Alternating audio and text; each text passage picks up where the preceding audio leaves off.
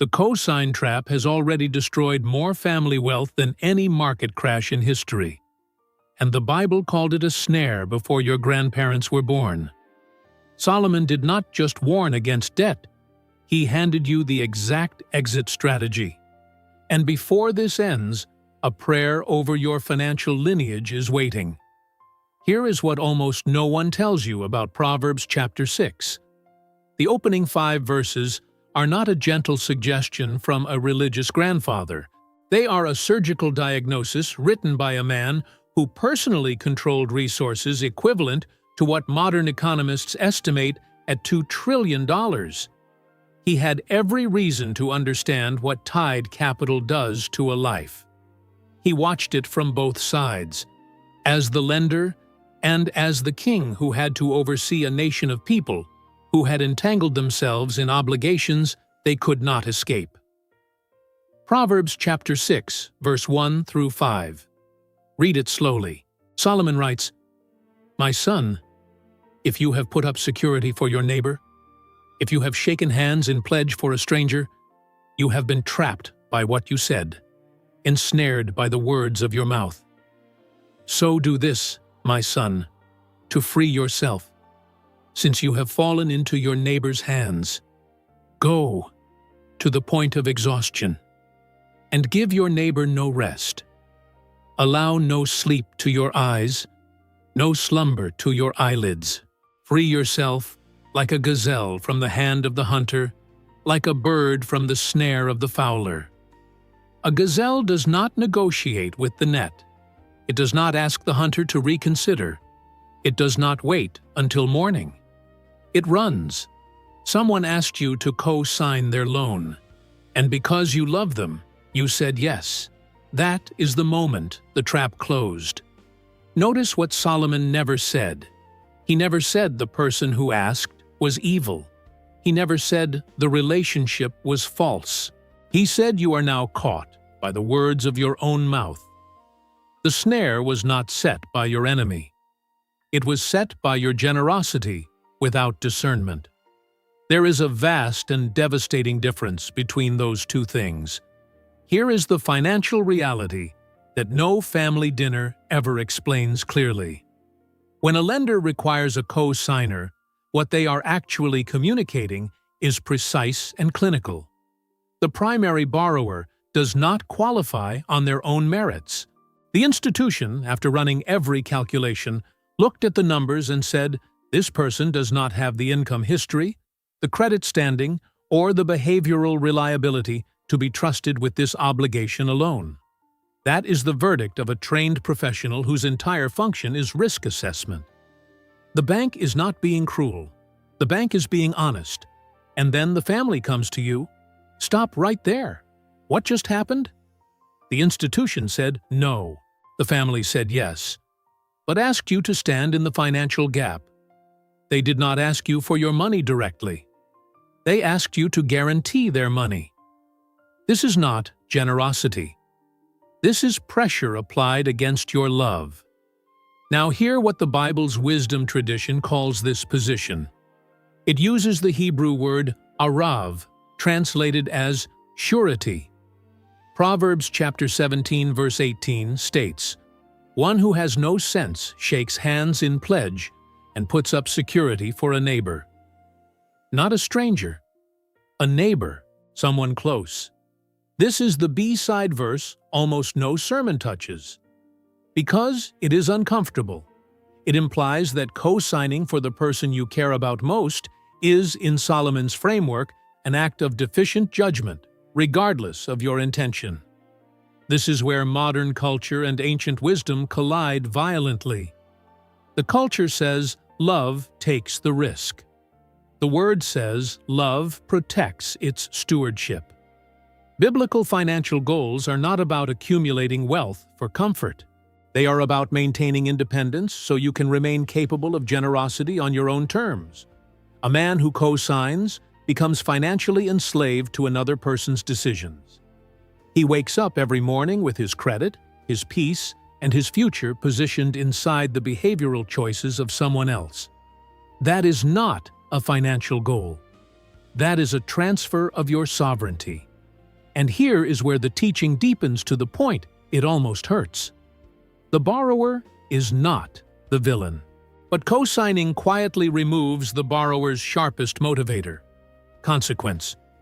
When someone else holds the liability, the psychological weight of the debt shifts. Subconsciously or consciously, the borrower knows there is a net beneath them. The urgency evaporates.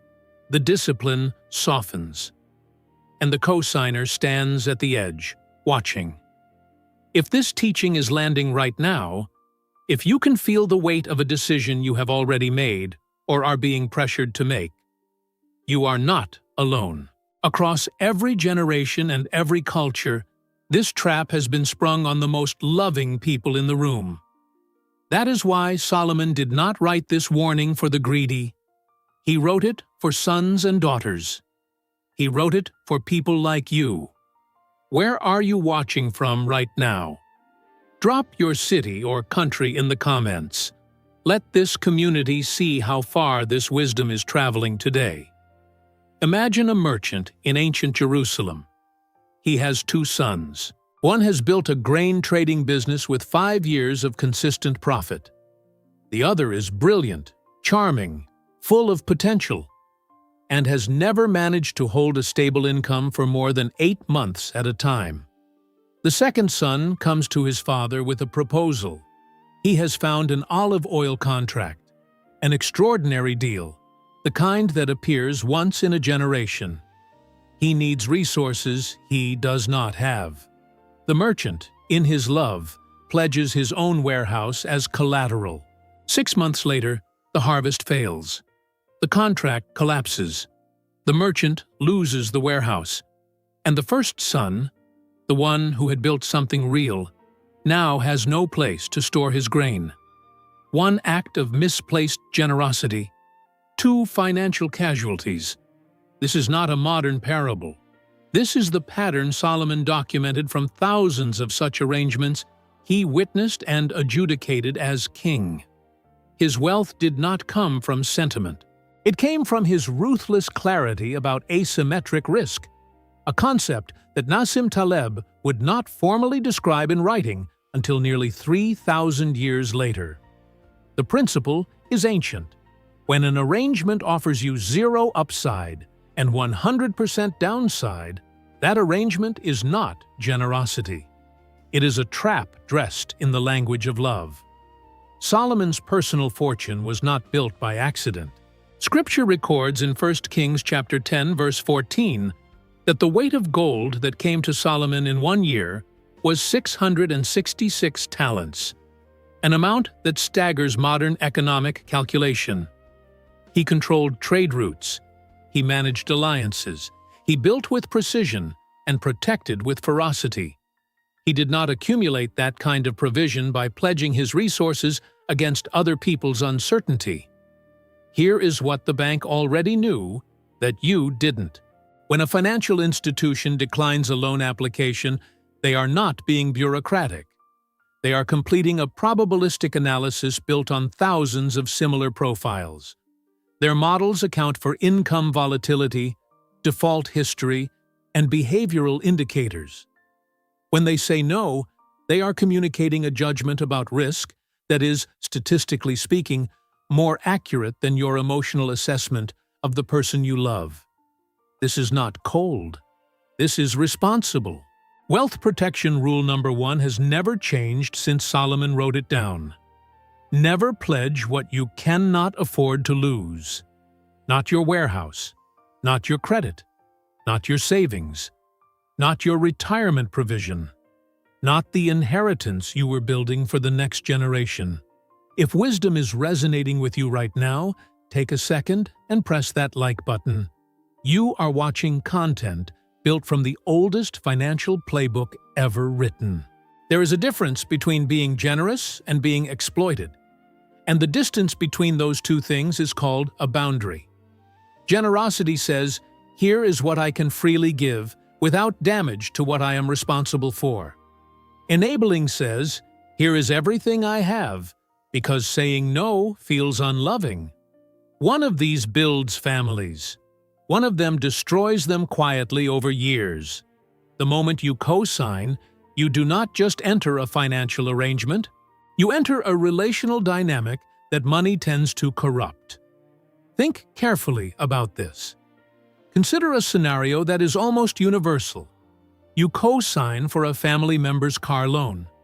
3 months in, the payments are late. You receive a call from the lender. You cover the payment to protect your credit. You do not tell your family member immediately because you do not want conflict. Now, there is a secret, and secrets between people who love each other are acids. They eat at trust, at respect, at the ease of simply sharing a meal together.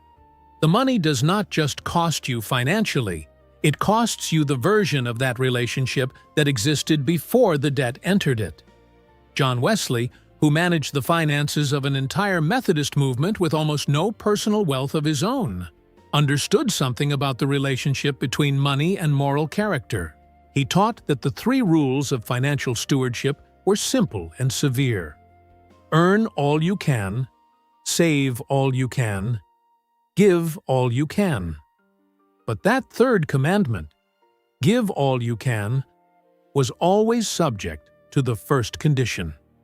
You can only give what you have honestly earned and wisely protected. A man who co-signs what he does not have and cannot control is not giving.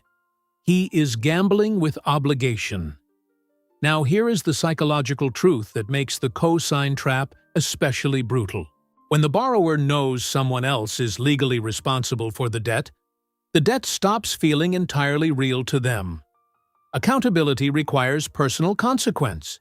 Remove the consequence, and you remove the accountability. This is not a moral judgment against the borrower, it is a behavioral observation. Humans are wired to respond to stakes. When the stakes are transferred to someone else, the urgency transfers with them. This is why Solomon's language in Proverbs chapter 6 is so visceral. He does not say, "Consider carefully."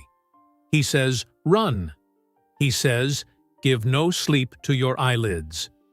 He treats the cosign obligation as an emergency, because once human behavior, compounding interest, and relationship tension are mixed together, the damage accelerates faster than most people anticipate.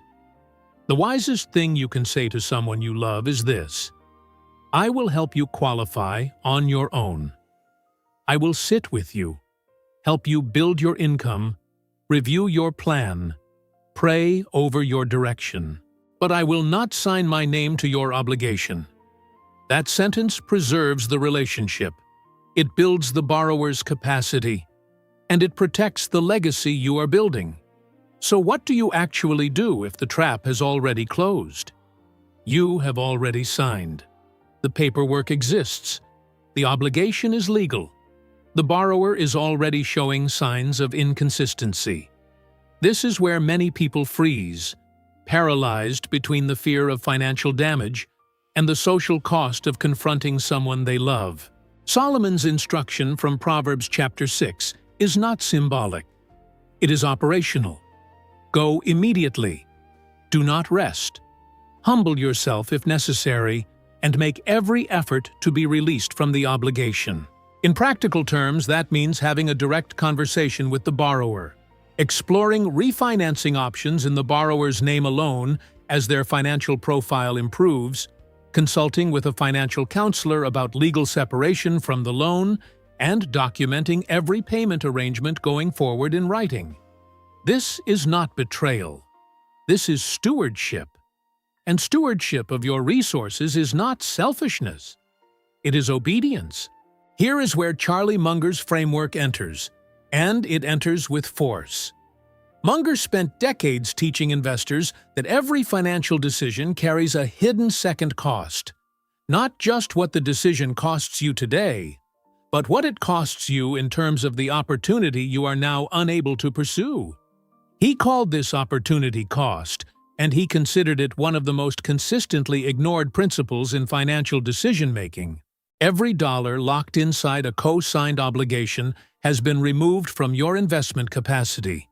If that capital or that credit capacity had instead been directed toward a compounding asset, what would it have become over 5 years?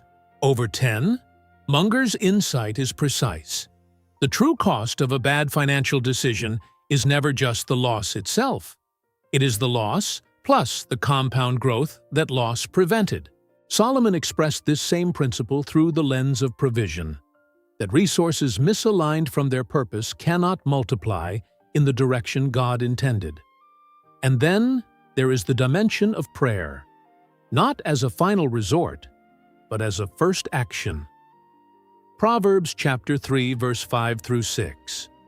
Trust in the Lord with all your heart, and lean not on your own understanding. In all your ways submit to Him, and He will make your paths straight. This is not a verse about passive waiting. It is an invitation to active alignment. When you bring your financial decisions before the Lord, when you ask for clarity before the signature, not after the damage, you access discernment that no credit model can replicate. Breaking the pattern of financial entanglement in a family lineage sometimes requires deliberate, specific prayer, not a general blessing, but a targeted petition. Lord, I break agreement with every financial obligation that was entered through fear, through social pressure, or through misplaced loyalty. I reclaim the stewardship of what you have placed in my hands. Redirect what was misaligned. Restore what was lost. This is the prayer of a man or woman who has decided that their provision belongs first to God's purpose. Charles Spurgeon, preaching in 19th century London to congregations that included both the desperately poor and the reasonably prosperous, never hesitated to call debt what it actually is.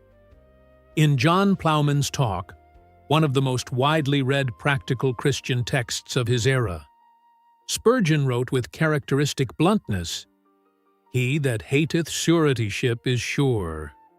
He did not dress it in theology.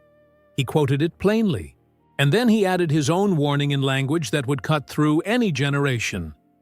Very often, he who lends his money loses both his gold and his friends, and he who is surety is never sure. The man who becomes a financial guarantor for another, Spurgeon observed, does not simply risk money. He risks the relationship. He risks the peace of his household. He risks the stability that allows him to operate as a steward of God's provision. This is the closing wisdom. Good abandonment is not cruelty. It is clarity. When someone asks you to co-sign, the most loving response you can give them is the one that honors both your responsibility and their growth. It sounds like this. Say it calmly. Say it without apology. I love you, and because I love you, I cannot legally tie my financial future to a decision that is yours to own. What I can do is help you build the foundation to qualify on your own. I will walk that road with you, but I will not sign my name to it. There is no war in that sentence. There is no rejection. There is only the quiet authority of a person who understands what stewardship means. If this teaching has shifted something in you today, if you are walking away with a different posture toward your resources, your relationships, and your obligations, please subscribe to this channel. This wisdom compounds daily here. Do not miss what comes next. Now, if you can, close your eyes, or simply align your thoughts with mine right now. Let the noise of the day fall away. You are about to receive something more valuable than financial advice. You are about to receive alignment. Father, I come before you on behalf of every person who has heard this teaching today. I ask you to bring clarity to every entangled financial situation. Where obligations were entered through fear or pressure, I ask for your hand of release. Where resources have been blocked, I ask for your restoration. Where relationships have been strained by money, I ask for your reconciliation. Grant wisdom before the signature. Grant discernment before the handshake. Let the financial decisions of this household and this lineage be governed by your word and not by sentiment alone. You are the one who provides. You are the one who directs. We align our stewardship with your purpose today. Amen. May the peace of God, which surpasses all financial logic and every human calculation, guard your heart and your provision from this day forward. Walk wisely, protect what you have been given, and run, like the gazelle, from every snare.